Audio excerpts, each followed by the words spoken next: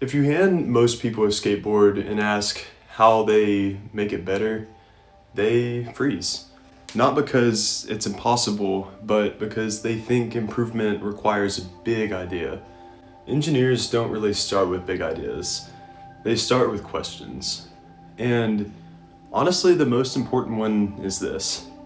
What's the most impactful change I can make that gives me feedback as fast as possible? That question alone separates guessing from engineering. Now, let's use the skateboard as kind of a mental model. You don't need to know anything about skateboards for this to work.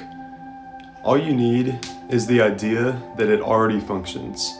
It rolls, you can ride it, it's not broken. So now the problem isn't make it work. The problem is make it better.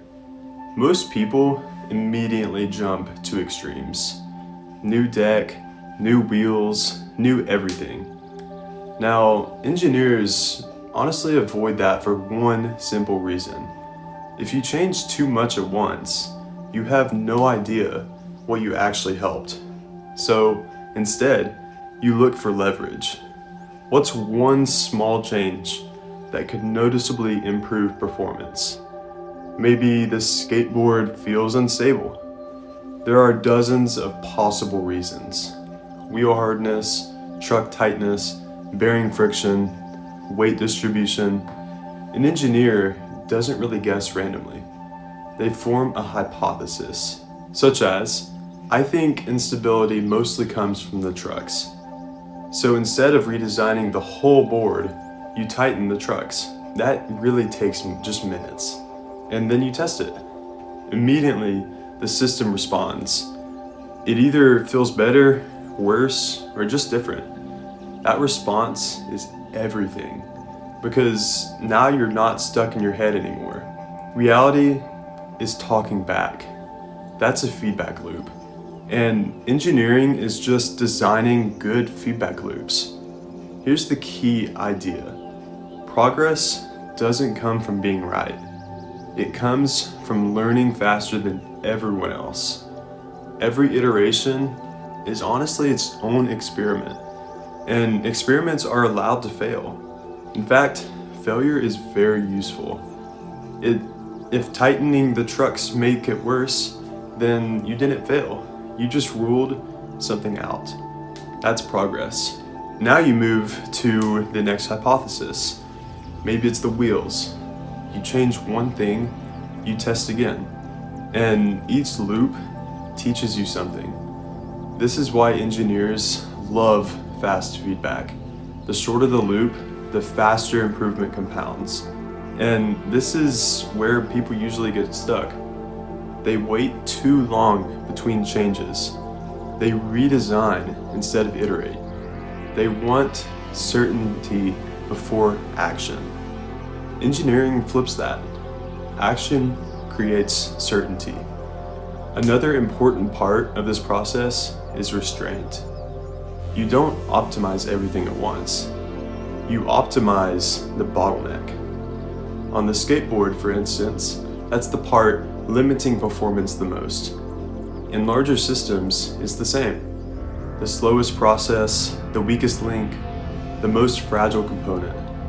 Improve that first, then reassess, then repeat. This is why iteration beats motivation. Motivation relies on emotion. Iteration relies on structure. You don't need to feel inspired to iterate. You just need a loop. Change, test, and learn. Over and over, again and again. And honestly, once you start thinking this way, it changes how you approach almost everything. Schoolwork, projects, skills, even content creation like this. If something isn't improving, it's usually because feedback is too slow or too vague. So instead of asking, why am I bad at this? Engineers often ask, where is my feedback coming from? And how can I shorten that loop? That question removes a lot of frustration, because now the goal isn't success. The goal is information, and information always moves you forward. Eventually, after enough iterations, the skateboard really does start to feel great. Not because of one genius change, but because of dozens of small, informed ones. That's how real engineering works. It's not magic, it's not talent, just attention, patience, and feedback. So if you're trying to improve something, you really don't have to look for the perfect idea. Look for the change that teaches you the most. That's the engineer's advantage. So here's the takeaway I actually want you to remember. Engineering isn't about having the right idea. It's about asking the right next question. What's the smallest change I can make that teaches me something really real? If you can answer that, you're never really stuck. Because you don't need confidence or motivation or a perfect plan. You just need the feedback loop. Change something, pay attention, and learn. Do that enough times and improvement really stops feeling random. It becomes predictable. And once you start seeing the world like that, you realize engineering isn't just about building things. It's about learning how to listen to reality. If this way of thinking makes sense to you, this channel is basically just me exploring ideas like this out loud nowadays.